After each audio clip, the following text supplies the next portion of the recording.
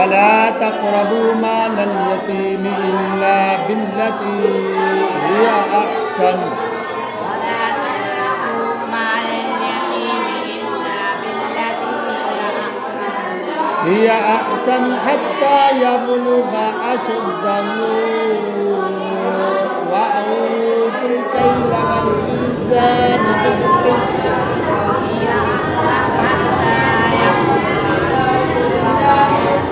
أشده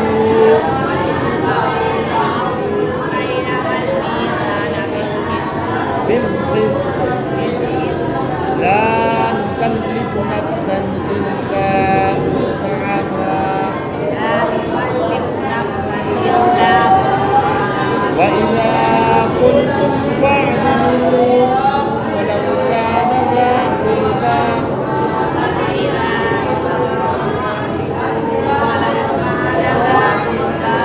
وبعهد الله أوفوا ذلكم وصاكم به لعلكم تتقون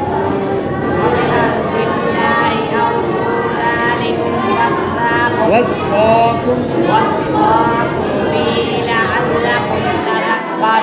وأن هذا صراطي مستقيما فاتبعوه وأن هذا صراطي مستقيما فاتبعوه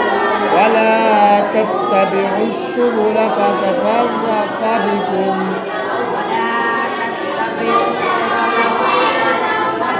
فتفرق بكم عن سبيله